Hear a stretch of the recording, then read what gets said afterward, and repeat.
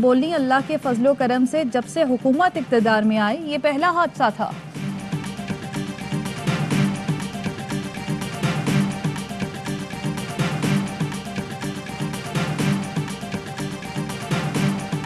یہ ایک بڑا ہی اندورناک واقعہ ہوا ہے جس کے لیے کوئی میرے پاس الفاظ نہیں ہے۔ ریلوے کے حکام اور ریلوے اس کے ذمہ دار ہیں، کوئی اس میں شک کی بات نہیں۔ یہ جو حادثہ ہوا ہے اس میں بنیادی وجہ وہ ٹریک مینٹیننس کا نہیں ہونا۔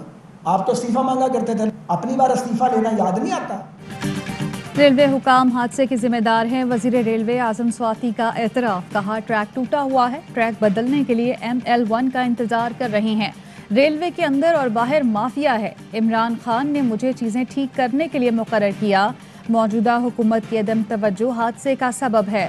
سابق وزیر ریلوے سعد رفیق کی حکومت پر چڑھائی، کہا حکومت نے مخالفین کو جیلوں میں بند کرنے کے علاوہ کچھ نہیں کیا، ہم اپنے دور میں 11 نئے ریلوے اسٹیشن بنا کر گئے تھے، اس حکومت نے ایک بھی نیا ریلوے اسٹیشن تعمیر نہیں کیا، ریلوے کی دیکھ بھال کے لیے فنڈز نہیں ہیں، شیخ رشید ملک کا سب سے بڑا جھوٹا انسان ہے۔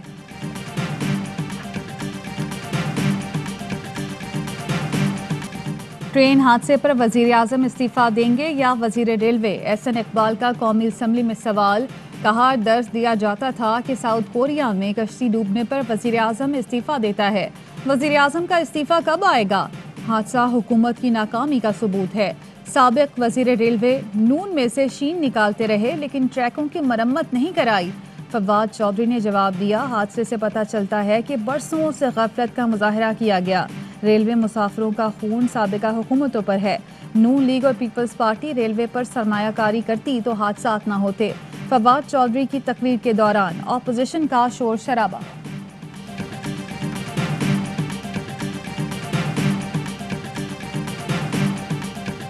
فیڈرل گورنمنٹ پیسے دے رہی ہے اور سندھ گورنمنٹ ایگزیکیوٹ کرتی ہے 27 ارب، اگلے سال وہ 14 ہوئی، پھر 9 ہوئی، اور 8 ہوئی، 21-22 میں 5.1 ارب، 27 ارب سے 5.1 ارب۔ سندھ کو پہلے سے کم بجٹ دیا جا رہا ہے، ناانصافی ہو رہی ہے۔ وزیر اعلیٰ سندھ مراد علی شاہ کی NEC میٹنگ کے بعد میڈیا سے گفتگو، کہا وزیر اعظم کے سامنے احتجاج کیا، 4 سال پرانی اسکیموں کے لیے وہی بجٹ ہے، احتجاج کم بجٹ رکھنے پر ہے۔ وزیر اعظم نے کہا آپ بہت بول رہے ہیں، پہلے جواب سنیں، میں نے کہا بات مکمل کرنے دی جائے۔ سندھ حکومت نے قومی اقتصادی کونسل کو سفارشات پیش کر دیں، کہا گیا تھا سندھ ہمارا نہیں، شاید یہی بات دل میں ہے، ایک جماعت نئے صوبے کا بینڈ بجا رہی ہے، دوسری گورنر راج کا۔ سندھ حکومت آئندہ مالی سال کا بجٹ 15 جون کو پیش کرے گی۔ وزیر اعلیٰ مراد علی شاہ بطور وزیر خزانہ سندھ اسمبلی میں بجٹ پیش کریں گے۔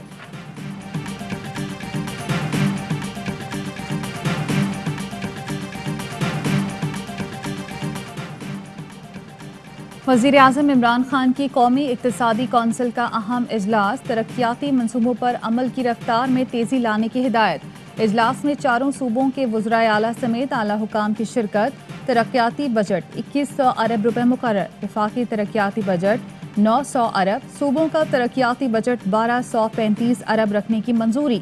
آئندہ مالی سال کے لیے شرح نمو کا ہدف 4.8% ہوگا۔ وزیر اعظم نے پبلک سیکٹر ڈیولپمنٹ پروگرام کے لیے 2100 ارب، سالانہ ترقیاتی منصوبوں کے لیے 900 ارب، زرعی شعبے کی ترقی کا ہدف 3.5% رکھنے کی منظوری دے دی۔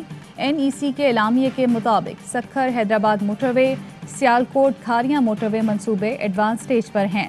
Karachi circular railway, KPT Pipri freight corridor, Kharian Rawalpindi motorway, Mianwali road, Quetta Karachi چمن ہائی وے منصوبوں کا اجرا اس سال ہوگا۔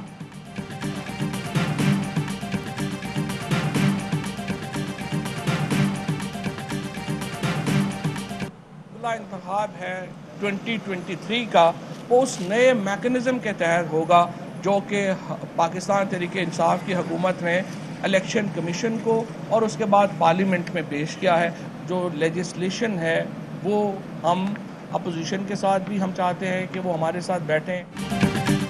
الیکٹرانک ووٹنگ مشین اور انٹرنیٹ ووٹنگ سے متعلق الیکشن کمیشن میں اہم اجلاس، وفاقی وزراء اور حکام میں مشاورت۔ فواد چودھری بولے 2023 کا الیکشن نئے میکانزم کے تحت ہوگا، انتخابی اصلاحات کے لیے اپوزیشن کو اپنا کردار ادا کرنا ہوگا۔ بابر اعوان بولے الیکشن کسی پارٹی کا نہیں، 22 کروڑ لوگوں کا ہے۔ شبلی فراز نے کہا وزارت سائنس دن رات EVM پر کام کر رہی ہے. مریم اورنگزیب کا رد عمل. کہا RTS بٹھا کر ووٹ چوری کرنے والے اب اگلے الیکشن کی چوری اور دھن کا منصوبہ بنا رہے ہیں. انتخابی اصلاحات کے لیے اپوزیشن الیکشن چوروں کے ساتھ نہیں بیٹھے گی.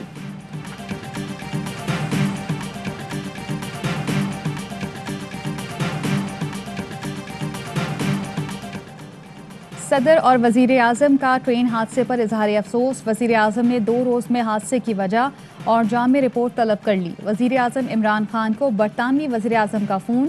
بورس جانسن نے ٹرین حادثے پر افسوس کا اظہار کیا. دونوں رہنماؤں کے درمیان مختلف امور پر بھی بات چیت ہوئی. شہباز شریف، آصف زرداری، سراج الحق اور مولانا فضل الرحمان کا بھی حادثے پر اظہار افسوس.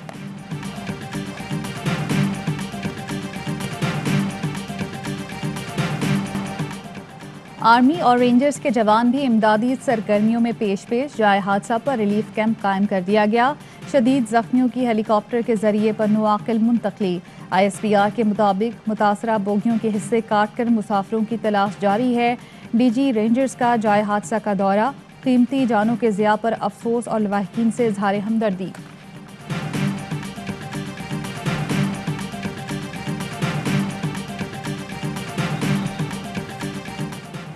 احمد پور شرقیہ میں سسرالیوں کا بہو پر تشدد. گردن اور بازو توڑ کر زہر پلا دیا.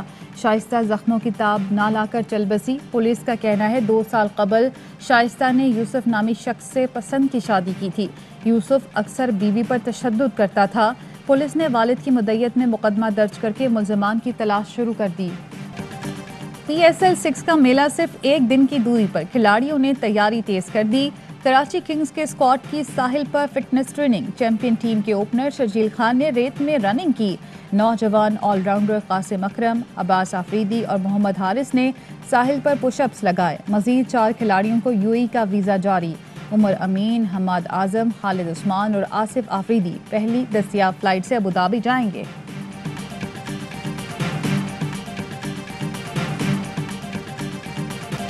معروف امریکی میگزین فوربس نے بھی پاکستان کی معاشی پیش رفت کا اعتراف کر لیا. کرونا وبا سے نمٹنے کی پاکستانی پالیسیاں دانشمندانہ قرار. لکھا، ایسے وقت میں جب امریکہ اور بھارت جیسے ملکوں کو بھی کرونا وائرس کی صورتحال سے نمٹنے میں دشواری کا سامنا ہے، پاکستان معیشت کی بحالی میں کامیاب رہا.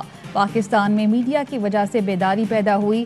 شہریوں نے ماسک پہننا شروع کیے. شہباز گل نے ٹویٹ کیا، پوری دنیا وزیر اعظم عمران خان کے دور اندیش فیصلوں کی معترف ہے. کرونا میں عمران خان نے بہترین فیصلے لیے اور ملک کو بچایا. بھارت نے بھی خان کے فیصلے سے سیکھ کر پہلے تعمیرات کا سیکٹر کھولنے کا فیصلہ کیا.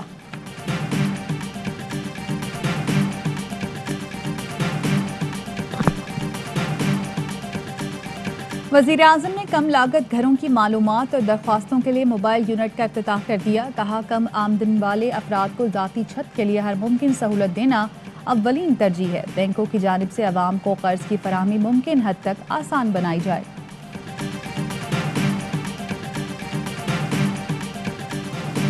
دو بوند پاکستان کے مستقبل کی خاطر. وزیر اعظم نے قومی انسداد پولیو مہم کا آغاز کر دیا. وزیر اعظم نے بچوں کو پولیو کے قطرے پلائے. قومی ٹاسک فورس برائے انسداد پولیو کے اجلاس میں وزیر اعظم کو بتایا گیا، موجودہ حکومت کی کوششوں کی بدولت اس سال صرف 1 کیس رپورٹ ہوا. وزیر اعظم نے کہا، تمام بچوں تک رسائی ایک بڑا چیلنج ہے جس کے لیے بھرپور مہم کی جا رہی ہے. حکومت نے پولیو کے خاتمے کے لیے جامع قومی ایمرجنسی ایکشن پلان مرتب کیا.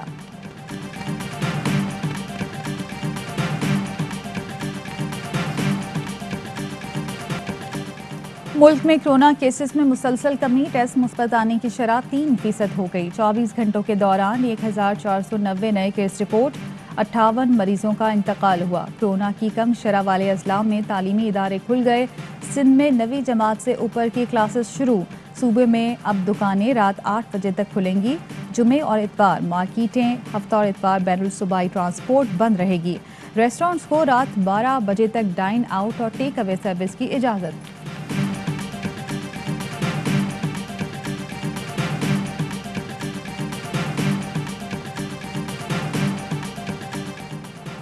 وزیر خزانہ نے 1240 ارب روپے کے کرونا ریلیف پیکج کی تفصیلات جاری کر دی. کرونا ریلیف پیکج کے تحت 3 سال کے دوران 875 ارب روپے جاری کیے گئے.